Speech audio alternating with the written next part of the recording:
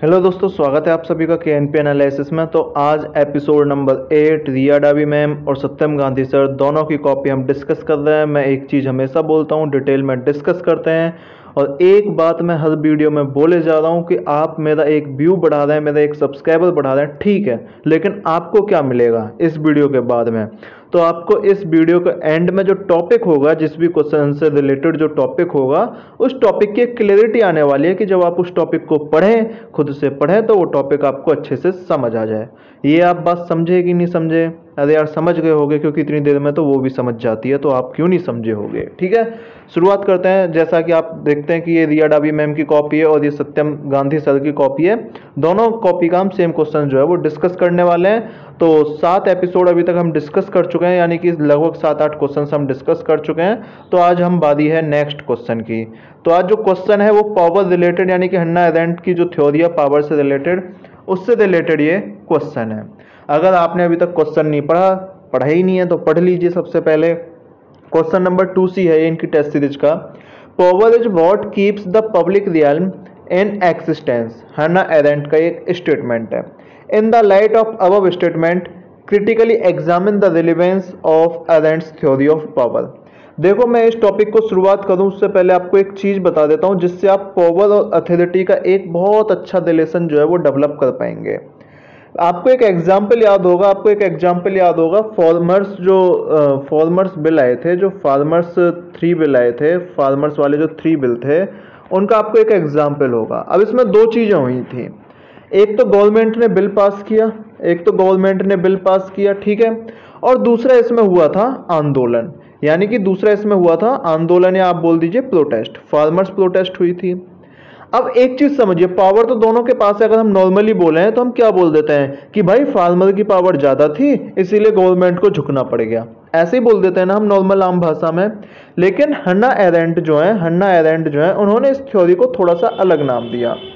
उन्होंने जो गवर्नमेंट की थ्योरी है, यानी कि ये वाली जो थ्योरी है, इसे एक मान लो जैसे इसने किसानों पे डंडे बजवा दिए, है ना, इन्होंने किसानों पे डंडे बजवा दिया, किसानों को जेल में डलवा दिया, तो इस चीज को इन्होंने नाम दिया वायलेंस। बोलिए पावर नहीं है, ये वायलेंस है। लेकिन जो किसान यानी कि जो पब्लिक अपनी कंसेंट के माध्यम से इसके अगेंस्ट थी, तो इन्होंने पब्लिक कंसेंट को नाम दिया पावर। बोली जी ये है पावर। अब जैसे देखो किसान आंदोलन खत्म हुआ, ये लॉज वापस हो गए, किसान आंदोलन खत्म हो गया, अब ये वाली पावर कहीं और चली गई। अब ये दिखती है क्या, वो लोग हैं क्या कहीं पे, है ना, अब वो पावर जो है वो खत्म हो गई। यानी कि पावर एक, तो हन्ना एरेंट ने बोला कि पावर जो है वो एक मकसद से आती है, और एक टाइम बाद जो है पावर जो है वो डिसअपियर हो जाती है। ये थी हन्ना एरेंट की थ्योरी का एक कंसेप्ट। एक और चीज मैं आपको बताना चाह रहा हूं, ये जो गवर्नमेंट है ये होती है अथॉरिटी, इसकी बात हमको माननी ही पड़ेगी।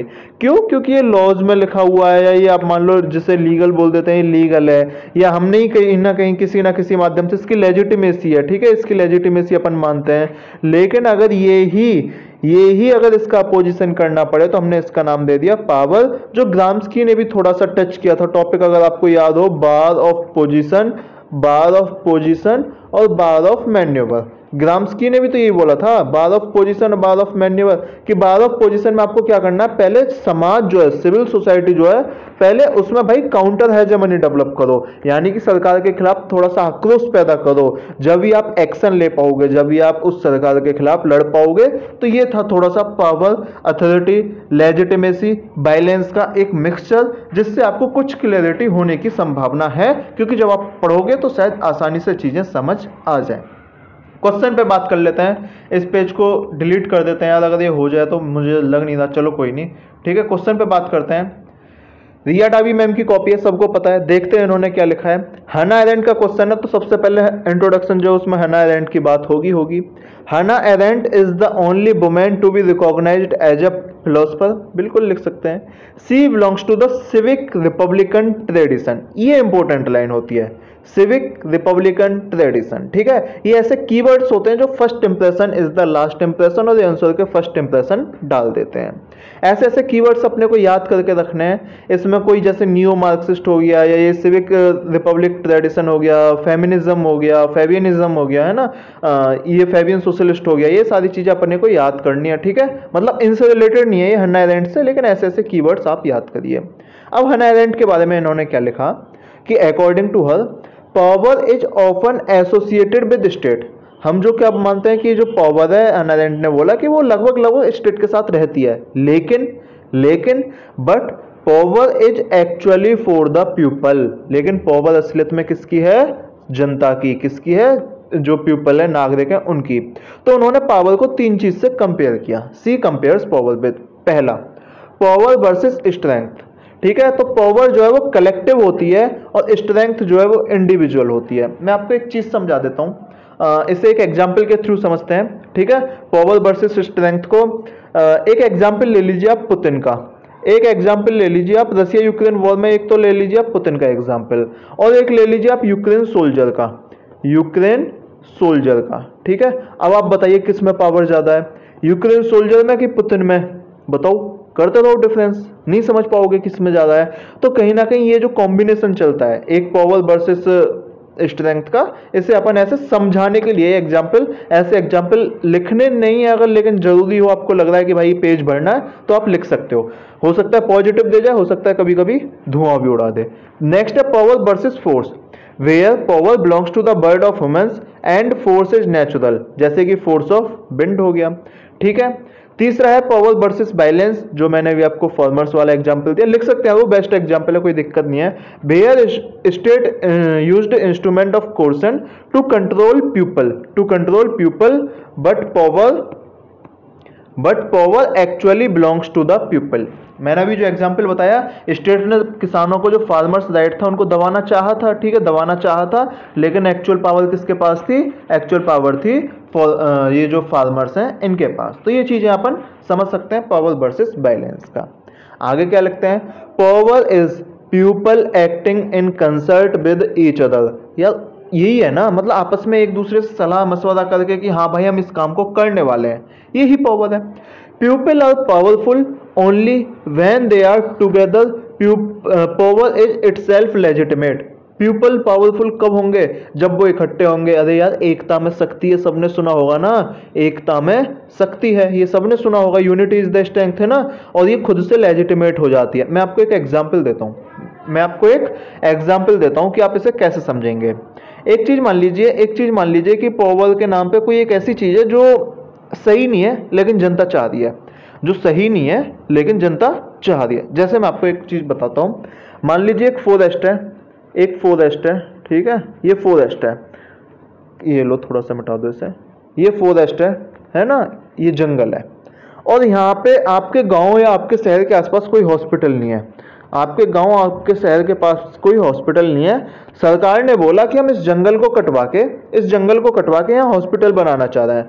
सरकार ने बोला कि हम इस जंगल को कटवा के यहाँ पे हॉस्पिटल बनाना चाह रहे हैं, लेकिन कुछ लोग पहुंच गए, बोले, बहुत सारे लोग पहुंच गए, जो पीपल थे वो पहुंच गए, बोले भैया ये जंगल नहीं कटेगा, चाहे तुम हॉस्पिटल बनाओ नहीं बनाओ, चाहे लोगों की जान जा रही है, हम वो स्वीकार कर सकते हैं, लेकिन ये जंगल नहीं बचेगा।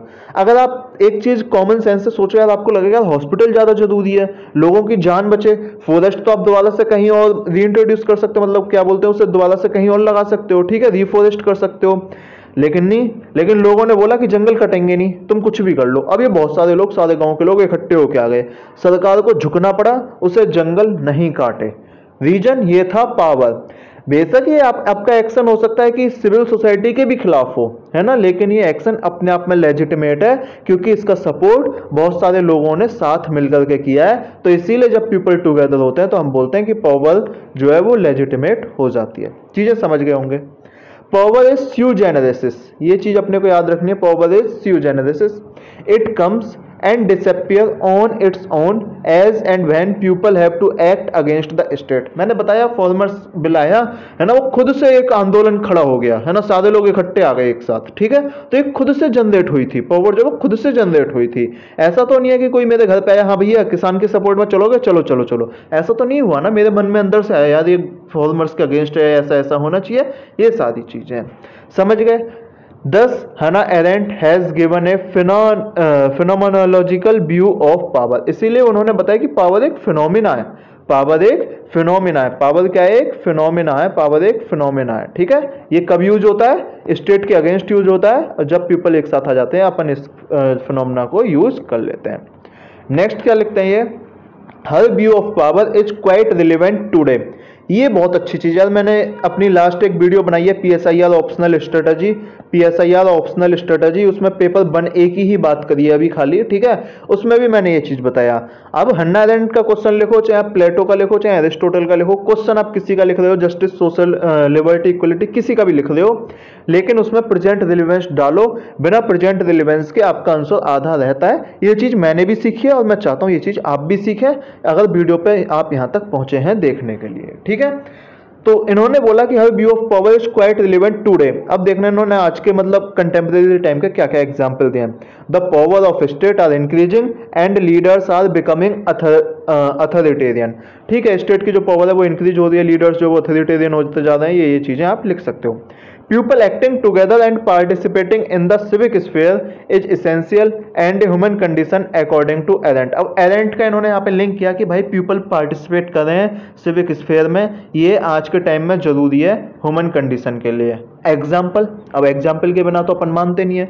तो for example the recent protest seen in Hong Kong against Chinese, पहला एग्जाम्पल। दूसरा example USA for black live matter. तीसरा example Thailand against authoritarian leaders. सारी चीज में आप देखोगे कहीं ना कहीं एक अथॉरिटी, कहीं ना कहीं एक जो पर्सनल पावर है, जो स्ट्रेंथ की बात की थी वहां पे, जो स्ट्रेंथ की बात की थी है ना, उसके खिलाफ ये सारी चीजें डेवलप हुई। और ये आंदोलन किसने किए? पब्लिक ने। आंदोलन किसने किए? पब्लिक ने। कहीं ना कहीं कंसेंट बना के ही करे होंगे, ऐसे तो नहीं सारे लोग एक साथ पहुंच गए। तो ये क्या हो गया? पावर। ये क्या हो गया? पावर का example. Are the instance of people coming together to show their strength against state coercion. इसीलिए हमें स्टेट का दबाव नहीं मानना है किसी भी कंडीशन में। एरेंट्स theory of power becomes relevant for democratic rule. इसीलिए एरेंट की थ्योरी जो है वो प्रेजेंट डेमोक्रेटिक रूल में बहुत यूजफुल हो जाती है। हालांकि ये था इनका कंक्लूजन, यहाँ पे क्वेश्चन खत्म होता है। लेकिन जब आप इसे ध्यान से पढ़ोगे तो फिर क्राइसिस ऑफ लेजिटिमेसी भी आएगा, बहुत सारी चीजें आएंगी इस टॉपिक में आगे पावर वाले में, है ना। क्राइसिस ऑफ लेजिटिमेसी आएगा, फिर अथॉरिटी हेजेमनी आएगा, अथॉरिटी हेजेमनी आएगा। ये सारी चीजें अब आप पढ़ोगे तो शायद आपको कुछ कुछ समझ आ जाए, क्योंकि हम ग्राम्स्की में हेजेमनी डेवलप मतलब क्या डिस्कस कर चुके हैं। अथॉरिटी आज हमने करी ली। क्राइसिस ऑफ लेजिटिमेसी, लेजिटिमेसी जब पढ़ोगे तो आप बहुत आसानी से इंडिया के बस एग्जाम्पल देख लेना, वो आपने समझ आ जाएगी। तो ये था रिया डाबी मैम की कॉपी। सेम कॉपी मैंने क्या बोला, हम सत्यम गांधी सर की डिस्कस करेंगे। पहले ये बताइए आपको इस कॉपी में मजा आया पढ़ने में, नहीं आया? चीजें समझ आ रही है, नहीं आई? टॉपिक मेरे हिसाब से बहुत थोड़ा सा क्लियर तो हुआ ही होगा, ठीक है। बस मैं अब हन्ना एरेंट आपको याद रहेगी, हन्ना एरेंट जो आपको याद रहेगी। कुछ भी याद नहीं रहेगा तो आपको फार्मर्स राइट तो याद रहेंगे ही रहेंगे, फार्मर्स जो प्रोटेस्ट है वो तो याद रहेंगे। आपको तुरंत याद आ जाएगा कि भाई स्टेट का क्या रिलेशन है, फार्मर का क्या रिलेशन है, पावर हन्ना एरेंट क्या बताती है, और इतना याद आ गया तो फिर तो बल्ले बल्ले आप याद करते हुए चले जाओगे। इनका भी क्वेश्चन देख लेते हैं, सेम क्वेश्चन देखेंगे, इनका भी सेम क्वेश्चन देखेंगे। रुको जरा सबर करो, रुको जरा सबर करो, है ना। क्वेश्चन वही है same. Power is in what keeps the public realm in existence. Hannah Arendt in the above statement critically examine the relevance of Arendt's theory of power. बात करते हैं। हालांकि मैं आपको एक चीज बताऊं, मजे की एक चीज बताऊं, कहीं ना कहीं इनके हन्ना एरेंट के जो क्रिटिसिज्म है उसकी बात नहीं हुई है, हन्ना एरेंट के क्रिटिसिज्म की बात नहीं हुई है। ये थोड़ा सा पढ़ना पड़ेगा अपने को, ठीक है। मैं सोच रहा हूँ इसके लिए एक अलग से वीडियो बनाऊँ अच्छी सी, बहुत अच्छे से, है ना। तो देखते हैं क्या होता है, करते हैं बात। सत्यम गांधी सर की कॉपी आपने देख ही लिया होगा। इन्होंने शुरुआत कहाँ से करी है? Hannah Arendt was the most original and profound thinker. ठीक है, हन्ना एरेंट से भी इन्होंने करी है, रिया डाबी मैम ने भी इससे ही करी थी। She was the influenced by Aristotle, Saint Augustine, although. She is often describe as thinker without border barrier. Thinker without barrier का मतलब क्या है कि उन्होंने ऐसा नहीं सोचा कि एक बैरियर है तो मतलब कि भाई यहाँ पे खत्म हो जाएगा, नहीं, पावर जो है वो कभी भी कैसे भी किसी भी फॉर्म में जनरेट हो सकती है। उन्होंने अपनी जो एक थ्योरी है उसको बहुत ब्रॉडर रूप दे दिया, ठीक है। इसके बाद क्या लिखते हैं सत्यम गांधी सर, वो लिखते हैं but she can be categorized as thinker from school of civic republicanism. यार सेम दिया अभी मैम ने लिखा था ना, सेम लाइन लिखी थी ना, है ना, सेम लाइन या सेम टॉपिक लिखा था ना, सिविक रिपब्लिकनिज्म कीवर्ड। मैं इसीलिए बोलता हूँ कीवर्ड बहुत ज़्यादा जरूरी है किसी भी पेपर में, और वो कीवर्ड आपका और टॉपर का भी सेम होना चाहिए, क्योंकि अगर आप पढ़ रहे हो चीज़ें तो सेम होगा ही होगा, ये भी सही बात है। नेक्स्ट क्या लिखते हैं फिर ये, the main theme of Arendt's work is the concern for people participation in civic affairs. For this she gives the theory of power. ठीक है, वही है पीपल पार्टिसिपेशन सिविक अफेयर्स, ये भी चीज आपने को समझ आ गई। एरेंट्स concept of power is different from conventional view. Conventional view जैसा मैंने आपको बताया, आप गवर्नमेंट को पावर समझ लेते हो ना, लेकिन ये इसके अगेंस्ट है, लेकिन ये इसके अगेंस्ट है। कन्वेंशनल तो हमारा यही है ना, जो प्रधान जी हैं वो ज्यादा पावरफुल हैं गांव में, लेकिन अब ऐसा नहीं है, ठीक है, जनता ज्यादा पावरफुल है, ऐसा बताना चाह रहे हैं ना एरेंट। तो इन्होंने क्या बोला, इन्होंने बोला फिर is different from Weber and Marx associated power with state apparatus while Dahl termed it ability to influence decision making process। ठीक है, अब इन्होंने यहाँ थोड़ा सा एरेंट से भी जाते हुए इन्होंने यहाँ बता दिया, यहाँ एक क्रिटिसिज्म टाइप मान लो या थोड़ा सा इसे मान लो सही में कमेंट क्या है ना, क्योंकि इन्होंने यहाँ बेवर और मार्क्स का भी एग्जांपल दे दिया है कि भाई इन्होंने बोला कि पावर जो है वो स्टेट के साथ है। मार्क्स ने यही तो बोला था कि बुर्जुआ क्लास, कैपिटलिस्ट क्लास, इनके साथ पावर रहती है, ठीक है। लेकिन दहल ने क्या बोला कि पावर का मतलब है कि अगर कोई आपके डिसीजन मेकिंग को इन्फ्लुएंस करता है। एक चीज़ मैं समझा देता हूँ, यहाँ पे मेरे दिमाग में आ रही है, शायद इन्होंने लिखी भी होगी, देखो ये लिखी है इन्होंने, Arendt says that power belong to people. ठीक है, पावर जो पीपल से बिलोंग करते हैं, it is sui generis in nature, समझा दिया। इन हर बुक, अभी मैं समझाऊंगा एक चीज जो बताने वाला हूं, in her book on human condition she says that power is the ability of people to act in concert with each other. ये भी चीज समझ आ गई आपको, पावर एक एबिलिटी है, पीपल एक साथ काम करें। Power can not be possessed, it comes when people participate in public sphere and disappear. ऐसा नहीं है कि पावर आज इसके पास, जैसे आप क्या बोलोगे कि मोदी जी के पास पावर है, मोदी जी के पास पावर है, नहीं, पावर किसके पास है, पब्लिक के पास है। एक टाइम आई थी कब, जब इनको वोट देने थे, जब इनको वोट देने थे, अपन ने वोट दे दी, पब्लिक की पावर खत्म हो गई, एक काम हुआ, पावर जो है वो अपनी खत्म हो गई। बोलो चीजें समझ आई कि नहीं आई, है ना। तो यानी कि पावर जो है वो एक टाइम बाद आती है और एक टाइम बाद खत्म हो जाती है, ऐसा नहीं कि पावर किसी के मतलब ज्यादा आता है, ठीक है, इसे आप इस तरह से समझ सकते हैं।